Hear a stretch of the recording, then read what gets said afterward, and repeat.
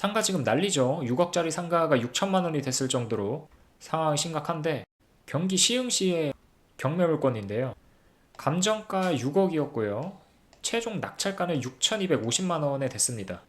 그러니까 10분의 1 토막이 난 거죠. 감정가 기준으로. 분양가는 이거보다 더 했을 걸로 추정이 되고요. 지금 상가가 이렇게 안 좋은 게 여러 가지 이유가 있겠지만, 대표적으로 뭐 경기 침체가 있겠죠.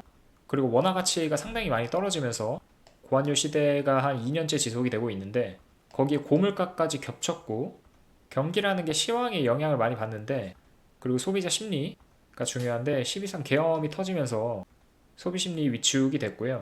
게다가 제주항공 참사까지 해가지고 지역 소비 불황으로 이어지고 있는 형국입니다. 특히 MZ세대 사장님들 29만 명이 망했다고 하고요. 전체로 따지면 98만 명입니다. 거의 이 중에 한 3분의 1이 MZ 사장님들이었는데, 이 수치가 어느 정도냐면요. 2020년, 21년에 코로나 때문에 막 망했다 망했다 이랬는데, 그때 폐업자 수가 90만 명 정도 됐었거든요. 근데 지금 거의 100만 명 수준에 육박하니까 그때보다도 사정이 더 안 좋은 거예요. 폐업률은 줄고 있는데 폐업자 수는 기하급수적으로 늘고 있는 상황입니다. 특히 창업퍼들이 낮은 종목들, 뭐 카페, 치킨집, 편의점 이런 곳들은 폐업률이 가장 높았고요. 왜냐면 걸어 다니면 엄청 많이 보이잖아요. 거의 반경 500m 안에 카페만 해도 한 20개가 있으니까, 또 엄청 큰 기술력을 요하는 종목들도 아니어서 쉽게 창업하는 만큼 쉽게 망하기도 하고요. 여기는 5,800만 원짜리 상가였는데 580만 원이 됐다고 합니다. 그러니까 지금 상가 경매 물건 나오는 거 보면은 10분의 1 토막이 흔해요. 지난달에 서울 상가 경매 물건을 봤는데 213건 중에서 39건만 낙찰됐고요. 낙찰률이 무려 18%밖에 안 됩니다. 그러니까 경매 시장에서 지금 낙찰률이 7개월째 10%대라고 하고요. 아직도 저점이 아니라는 거예요. 10분의 1 토막이 났는데도 투자하겠다는 사람들은 아직도 낮은 상황입니다. 보시면 경매 물건이 계속해서 올라가고 있는 게 보이시죠? 2022년부터 지금까지 경매 건수는 한 4배 가까이 늘었고요. 그렇다고 매각률이 늘었냐? 그건 또 아닙니다. 매각률은 오히려 하락하고 있죠. 그리고 낙찰가율도 떨어지고 있습니다.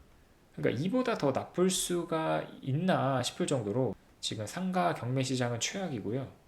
그럼 단순히 경기가 안 좋아서 망하는 걸까?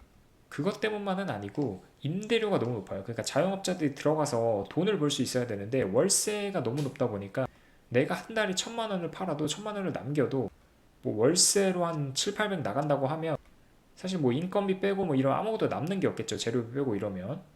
그럼 월세를 낮추면 되지 않냐라고 생각하시는 분들 계실 텐데, 상가의 가치는요, 월세 수익률로 나타낼 수 있습니다. 그러니까 상가의 가치는 다른 말로 하자면 월세 수익률이에요. 즉 월세를 낮추게 되면 상가 가격도 떨어지게 됩니다. 그러니까 월세를 낮출 수가 없는 거예요. 예를 들어서 10억짜리 상가가 있다고 한번 볼게요. 대출 6억을 받았습니다. 그럼 연 이자 2,400만 원이죠. 이자 4%로 샀고, 그러면은 월세로 400만 원을 낸다라고 했을 때, 아니 월세를 400만 원을 받는다고 했을 때 이 상가 건물의 수익률은 6%가 되겠죠. 왜냐면 월세 총 1년간 4,800만 원, 이자 2,400만 원 빼면 순이익이 2,400만 원이 남죠. 그럼 내 돈 4억이 들어갔으니까 4억분의 2,400만 원 하면 수익률 6%가 나옵니다. 근데 월세를 100만 원 낮추게 되면요, 수익률이 반토막 나거든요. 수익률이 3%로 나와요. 아까랑 똑같이 계산하면 됩니다. 그럼 수익률 3%에 그치는 게 아니라 그 수익률 3%짜리의 상가는 보통 그 지역의 상가 수익률이 6, 7%라고 했을 때 적정 가치가 8억으로 떨어지게 됩니다.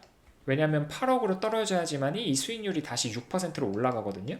그러니까 주변 그 상가 수익률만큼 맞추기 위해서는 상가의 가격이 8억으로 떨어져야 돼요. 그럼 내 돈 2억 날라가는 거겠죠. 그래서 임대료를 못 낮추는 겁니다. 안 낮추는 것도 있지만 못 낮추는 이유도 이거예요. 그래서 계속해서 공실로 두는 거고요. 두 번째 이유는 상가 임대차 보호법 때문에 그렇습니다. 이거는 10년간 월세를 매년 5%밖에 증액을 못 하거든요. 그러니까 지금 낮게 월세를 형성하게 되면 매년 5%밖에 못 올리니까 10년이라는 기간 동안 월세를 적게 받을 수밖에 없겠죠.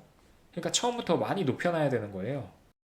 그렇게 하지 않으면 10년 동안 낮은 월세만 계속 받아야 되기 때문에 손해가 상대적으로 크겠죠.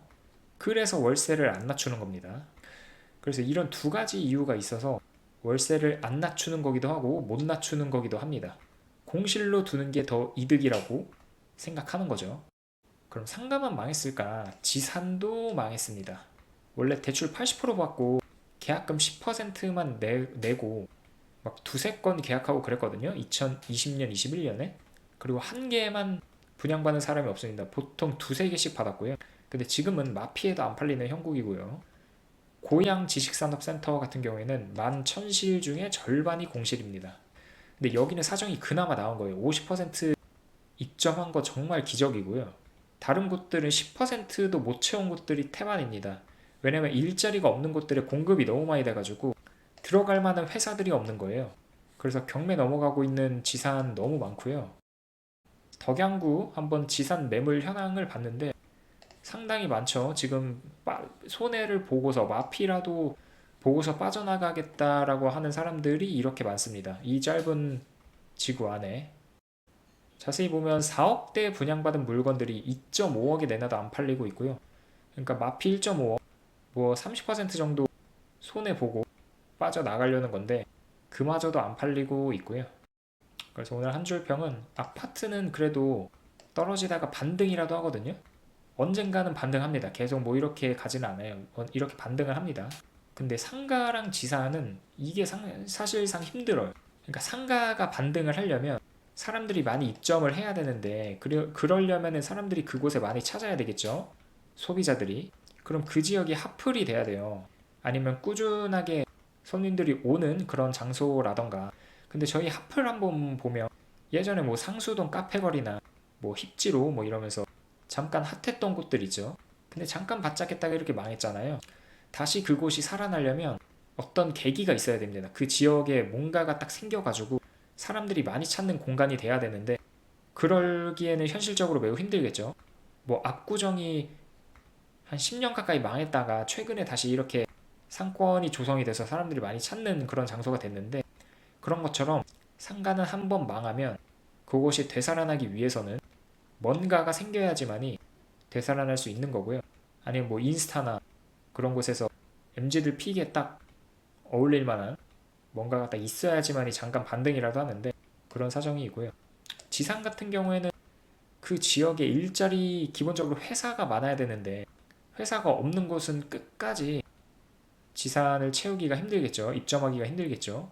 그래서 이런 수익형 부동산 같은 경우에는 그 지역이 천지개벽할 수 있을 정도로 뭔가가 이렇게 발생하거나 생겨야지만이 반등이 가능하기 때문에 이런 투자는 좀 위험할 수 있어서 난이도가 조금 높은 그런 종목들입니다. 네, 그러면 오늘 방송 여기까지 할게요. 감사합니다.